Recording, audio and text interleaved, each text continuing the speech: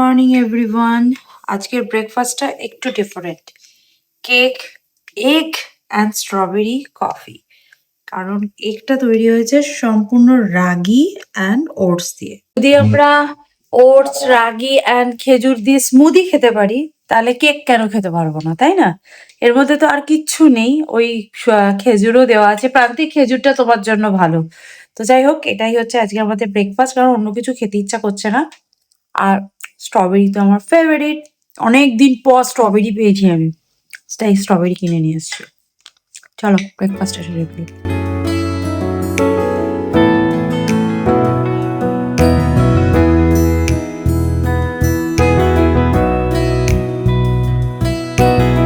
আমার ক্রিসমাসের টাইমে কেক খেলেই কসকোর ওই কেকটার কথা মনে পড়ে যায়।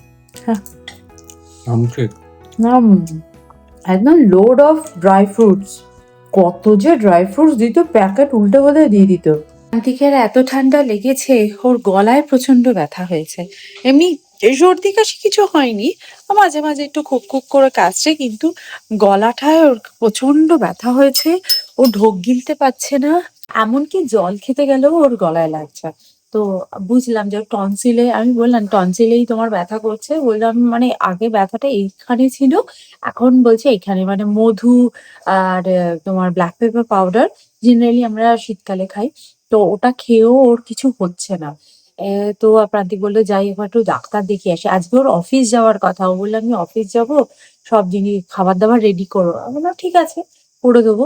তো আমি সেসব রেডি করে বলছে যাই একবার ডাক্তারটা দেখিয়ে আসি, তারপরে এসে বরং অফিস যাব। তো দেখি এখন ডাক্তার কি বলে। প্রান্তিক যে ডালিয়া ফুলের গাছটা এনেছিল, এটাতে একদম পিওর হোয়াইট কালারের ডালিয়াগুলো ফুটছে। আমি ভাবছিলাম হালকা পার্পল হয়তো হবে, কিন্তু একদম পিওর হোয়াইট কালারের ডালিয়া ফুলগুলো ফুটছে। আমার একটা ইয়েলো ডালিয়ার খুব শখ, দেখি কবে আনা যায়।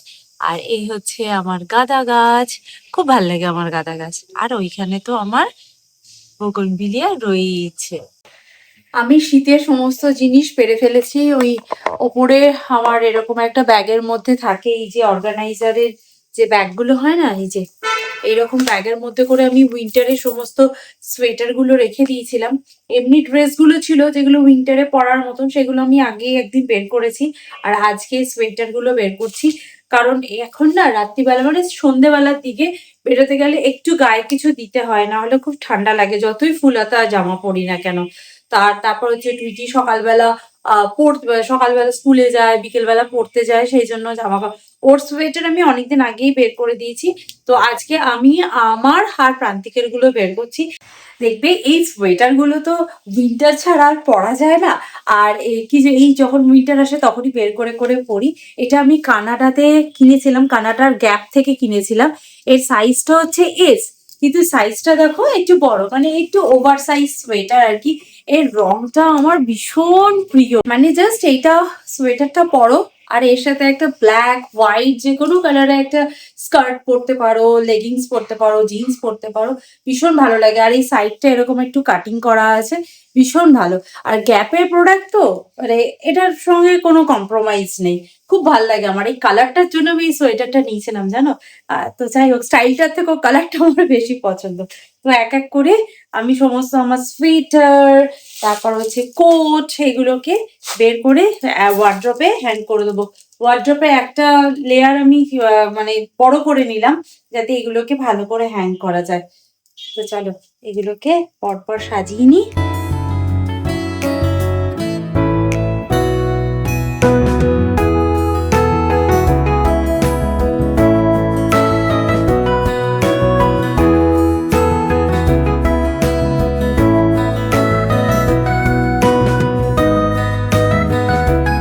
আমি না এই জ্যাকেট গুলো এর পাশে রাখছি, কিন্তু এটা ঝুলটা একটু ছোট হচ্ছে, মানে জ্যাকেটের তলাগুলো কুঁচকে যাচ্ছে।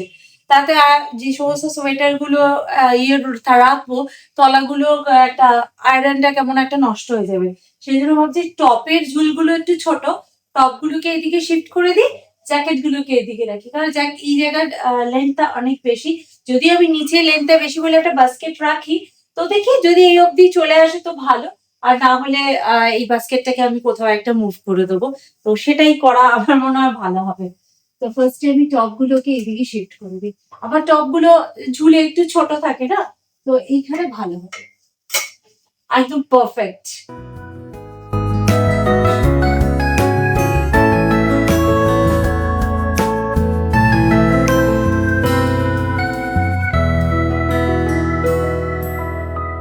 এগুলো একদম ঠিক ঝুলের হয়েছে, মানে এই বাস্কেটটাকে আমার মুভ করতে হবে না, একদম পারফেক্ট। মনে হচ্ছে যেন জ্যাকেট গুলোর মাপ দিয়ে র্যাক গুলো বানানো হয়েছে। শুধু আমার যে লং জ্যাকেটটা রয়েছে, লং কোট, তো সেই লং কোটটা আমাকে একটু হাফ ফোল্ড করে রাখতে হবে। লং কোটটা যা বড়, ওটা তো উপর থেকে নিচ পর্যন্ত, ওটা ফোল্ড ছাড়া রাখাই যাবে না। আজকে আমাদের মেনুতে রয়েছে পেঁয়াজ কড়ি আলু ভাজা, তার সাথে রয়েছে মুগের ডাল, এর মধ্যে গাজর আর কড়াইশুঁটি দিয়ে করেছি, আর এই হচ্ছে আর মাছের ঝোল। এটা আমার ভীষণ ভালো লাগে এই মাছটা খেতে। আর এই মাছটা আমি এয়ার ফ্রায়ারে ফ্রাই করেছিলাম, তো ভেতরটা সফট বাট ওপরটা ক্রিস্পি হয়ে গেছে। চলো লাঞ্চটা কমপ্লিট করে নিই। Good evening everyone. আরে উল্টেছি, সেই পাশ থেকে দুধ পড়ে যাবে বোতলে। চল, তো যাই হোক, এখন যাচ্ছি আমি টুইটিকে পড়তে যাবে আর কি, ওকে দিতে যাচ্ছি। তো চলো, বাইরে কিন্তু বেশ ঠান্ডা, মানে আমি ঘরে জানলা টান্না খুলে রাখতে পারছি না, তাহলে কিন্তু এখানে বেশ ঠান্ডা, বেশ। ঠাম্মার বাড়ি ওখানে আরো বেশি ঠান্ডা জানিস, ঠাম্মা বলছিল খুব ঠান্ডা পড়েছে। আমাদের এখানে মানে তাও ওখানে তো মানে একটু খোলামেলা বেশি বাড়ি হলে যেটা ভালো হয়, আমাদের এখানে খোলামেলা রাস্তা খোলামেলা, কিন্তু ফ্ল্যাটের ভিতরে যেটা হয় একটু চাপা চাপা থাকে, অতটা ঠান্ডাটা ফিল হয় না। জানলা টানলা বন্ধ করে দিলে তো ঠান্ডা ফিল। ও আবার কি, কি ধরনের দাম হলো? হ্যাঁ, ওটা কি স্টাইল? হ্যাঁ, ওটা কি টুথপেস্টের অ্যাড দিচ্ছিস তুই? এরকম টুথপেস্ট ব্যবহার করুন এবং আমার মতন বিচ্ছিরি দাঁত পান। টুইটির এক্সট্রা ক্লাস হবে, হ্যাঁ, রাত 9টা অবধি ক্লাস হবে। এখন বাজে সন্ধ্যে 6টা বাজেনি, 6:45 মতো বাজে, যাচ্ছি আমরা। তো টুইটি 9টা অবধি থাকবে না, আমরা ভালো ভালো খাবার খাবো, ঘুরে বেড়াবো, আর টুইটি ওখানে পড়াশোনা করবো, ঠিক আছে? আর না না, ঠিক আছে, ওটাই হবে, দেখিস তুই, ড্যাডিকে আমি বলবো। তুমি চা বানাচ্ছ? Thank you, thank you so much. তুমি ওই দুধের বাটিতেই চা বসিয়ে দিলে, এবার সব পুরো বাটিটা পুরো, এটাকে জল দিয়ে দুধ দিয়ে পোড়াচ্ছ বলছি, ফোটাচ্ছ? তা আগে জল দিয়ে দিতে পারতে, দুধটা ঢেলে রাখতাম, এতটা দুধ লাগবে? এখানে আমি পানিরগুলোকে কিউব পিসেসে কাট করে নিয়েছি, চেষ্টা করেছি সবকটা পানির একই সাইজের রাখা। এখানে আমি একটু গার্লিক পাউডার নিয়েছি, স্প্রিঙ্কেল করে দিলাম, ওর মধ্যে chilli flakes, black pepper powder আর পরিমাণ মতো সল্ট দিয়ে দিয়েছি, সমস্ত রকম মশলাগুলো দিয়েছি। আর তোমাদের কাছে যদি গার্লিক পাউডার না থাকে, গার্লিক পেস্টও কিন্তু অ্যাড করতে পারো। দিয়ে আমি এটার মধ্যে একটু আটা দিচ্ছি, তোমরা কর্নফ্লাওয়ার অ্যাড করতে পারো। দেন একটা এগ আমি জাস্ট ভেঙে এর মধ্যে অ্যাড করে দেবো, আর সব কিছুকে খুব ভালো করে মিক্স করে নেবো, মশলাগুলো যাতে কোটিং হয়ে যায় পনিরের ওপরে। এরপর এটা ওভেনে যাওয়ার জন্য একদম রেডি, ওভেনে আমি অ্যাড করে দেবো। আর এখানে এয়ার ফ্রায়ারে অপশানে দিয়ে দেবো 200 ডিগ্রি সেলসিয়াসে 15 মিনিটসের জন্য। টুইটির আজকে অনেকক্ষণের ধরেই পড়া আছে, তো সেজন্য ভাবলাম আমি একটু হেঁটে আসি। প্রান্তিককেও বললাম, বাট প্রান্তিক বললো যে ও যেতে পারবে না, ঠান্ডা লেগেছে, তো এখন আর রাস্তাটা মানে বাইরে ঠান্ডায় হাঁটবে না আর কি। আর আমাদের নিচে যে মহিলা মহল আছে আর কি, এখানে যারা মেয়েরা আছে, বিকেলবেলা মানে সন্ধ্যাবেলার দিকে একটু হাঁটতে বেরোয়, তা ওই গ্রুপে আর কি পিন হয়েছে যে আমরা বেরিয়েছি, তোরা তুই আয়, আমাকে ডাকছে। ঠিক আছে, ফ্রি আছি যখন, আজকে আমার কাজ টাজ হয়ে গেছে, মানে ডিনারের প্রিপারেশনও করে এসেছি, আটা ফাটা মেখে এসেছি, গিয়ে শুধু রেডি করবো আর কি। তো সেজন্য ভাবলাম চলো একটু হেঁটেই আসি। এখনো বাচ্চারা বাইরে খেলছে, কত লোকে হাঁটতে বেরিয়ে গেছে এইদিকে, এদিকে দেখতে পাচ্ছ না কারণ উল্টো দিকে হাঁটছে সব। অনেকক্ষণ হাঁটাহাঁটি হলো, এবার গিয়ে এসছিলাম ম্যারিনেট করে গ্রিল করতে বসে এসছিলাম, সেটা তোমাদের সাথে শেয়ার করি।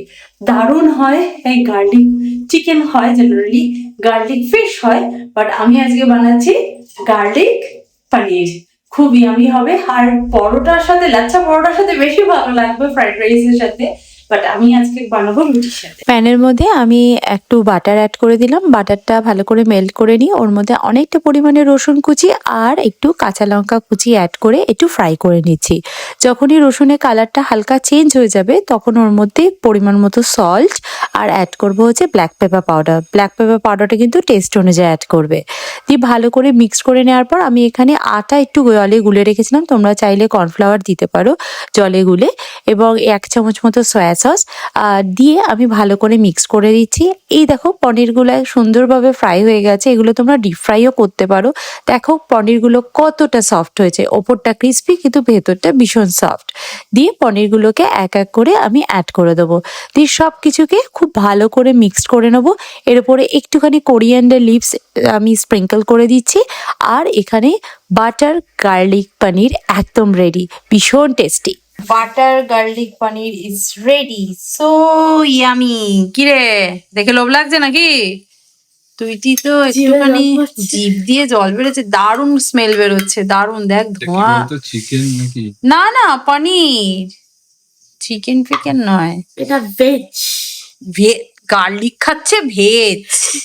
পিওর ভেজ নয়? পিওর ভেজ নয়, কি ভেজ তাহলে? পিওর ভেজ মানে নো অনিয়ন, নো গার্লিক। আচ্ছা, একটু রুটির সাথে একটু ড্যাডি থালাটা এগোলে ভালো হয়, তো এগো। এইটা না আরো ড্রাই করা যায়, কিন্তু একটু রুটির সাথে প্রান্তিক আবার একটু গ্রেভি খেতে পছন্দ করে, সেই জন্য একটু গ্রেভিটা করলাম।